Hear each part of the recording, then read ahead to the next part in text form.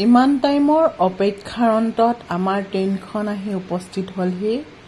আমি এই ট্ৰেইনখনত উঠি গণ্ডালৈ যাম, কাৰণ মই আগতেই কৈছিলোঁ আগৰ ভিডিঅ'টোত আমি ডাইৰেক্ট অযোধ্যাৰ ট্ৰেইন নেপালোঁ, কাৰণ ততাতৈয়াকৈ আমি ইমাৰ্জেঞ্চি টিকেট কটাৰ কাৰণে গণ্ডালৈ টিকেট পালোঁ আৰু তাতেই আমি গৈ উপস্থিত হ'ম। তাৰ পৰা অযোধ্যা যাম। অযোধ্যালৈ বেছি দূৰ নাথাকে, গণ্ডাৰ পৰা 2-3 ঘণ্টাৰ বাট। আৰু এতিয়া আমাৰ চিটটোত বহি লওঁ আৰু এই যাত্ৰাটোত আমি কেনেকৈ 7 জেগাত ভ্ৰমণ কৰিছিলোঁ, 7খন ঠাইত সকলো দেখিব। অযোধ্যাৰ পৰা মথুৰা, বৃন্দাবন, আগ্ৰা, তাৰপিছত হৰিদ্বাৰ, ঋষিকেশ আৰু লাষ্ট দিল্লী, সকলোখিনিয়ে দেখিব। আৰু কেনেকৈ গ'লে আপোনালোকে কোন জেগাত থাকিলে কম খৰচত সকলো আপোনালোকে পাব এইখিনিতে, আৰু কিমান খৰচত আপোনালোকে ঘূৰি আহিব পাৰে।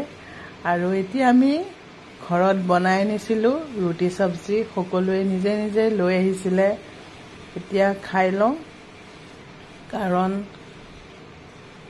খোৱা বোৱাটো মেইন। খাই বৈ থাকিলেহে কথা ক'বলৈ সুস্থ হৈ থাকিব পাৰিম, নোখোৱাকৈ গ'লে অৱস্থা নাইকিয়া হ'ব। বেছিকৈ আমি ঘৰৰ বনোৱা আহাৰেই লৈ আহিছোঁ, কাৰণ ট্ৰেইনৰ যি বস্তু দিয়ে সেইটো শুনিছিলোঁ ইমান ভাল নহয় খাবলৈ। সেইকাৰণে ৰাতিৰ সাঁজটো আমাৰ হৈয়ে গ'ল, ৰুটি চব্জি, দালি।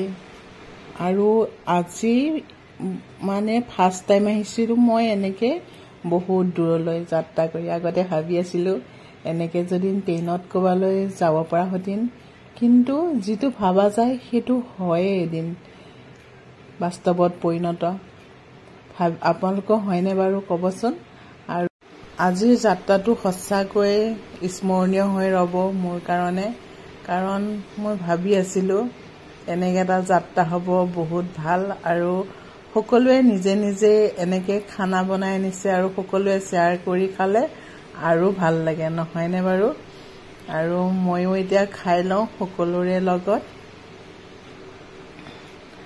আৰু এই আমাৰ বেডশ্বীটবিলাক আহি গ'ল। ভণ্টিয়ে এতিয়া মোৰ বেডশ্বীটখন পাৰি দিছে। ঘৰত যেনেকৈ তাই বিচনা পাৰে, মোৰ কাৰণেও তাই তেনেকেই পাৰি আছে। ইমান মৰম তাই সকলোৰে প্ৰতি। সকলোৰে বিচনা তাইয়ে পাৰিব নেকি আজি। পাৰাত বিচনা পাৰি আছে, কিন্তু টোপনি আহে নে নাহে নাজানো।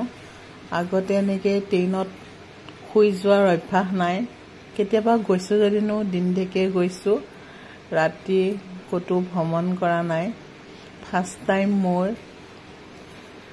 আৰু সকলো নিজৰ নিজৰ ঠাইত শুই গ'ল, ময়ো শুই যাওঁ। Good night.